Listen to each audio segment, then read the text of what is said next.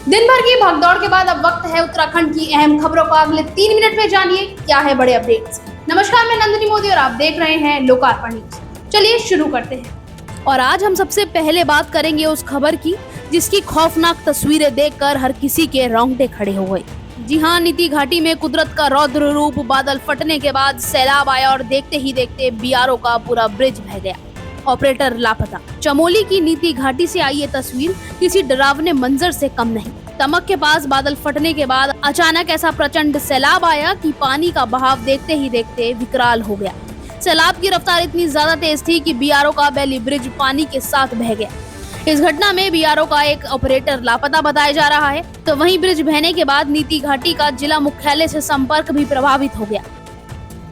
तो वहीं उत्तराखंड में एक बार फिर से बारिश का दौर जारी। अगले 2 दिन के लिए बताया गया अलर्ट। जी हां, उत्तराखंड में मौसम का मिजाज फिलहाल बदला हुआ है। प्रदेश भर में अगले 24 घंटे हल्की से मध्यम बारिश का दौर जारी रहने की संभावना है।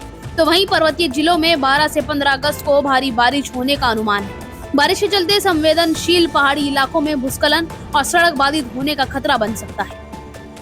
अंकिता भंडारी केस में 18 अगस्त अहम पुल के तारे समेत 3 दोषी की जमानत पर होगी अगली सुनवाई। जी हां, आपको बताएं तो अंकिता भंडारी हत्याकांड में 18 अगस्त की तारीख अहम होने जा रही है।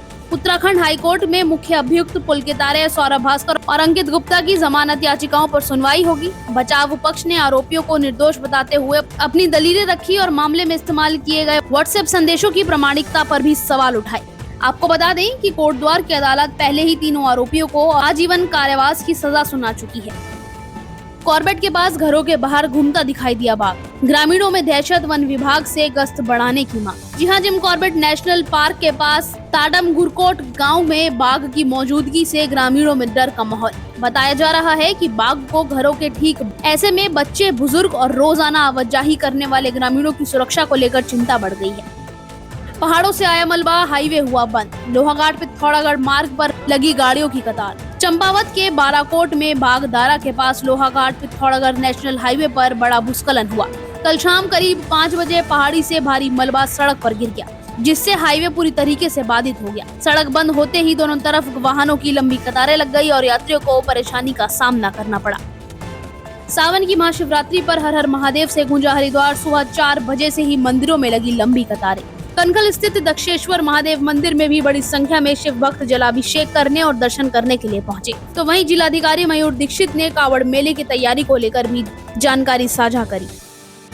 बारिश ने फिर खोली मसूरी रोड की पोल। कोठाल गेट के पास 10 मीटर सड़क धंसी।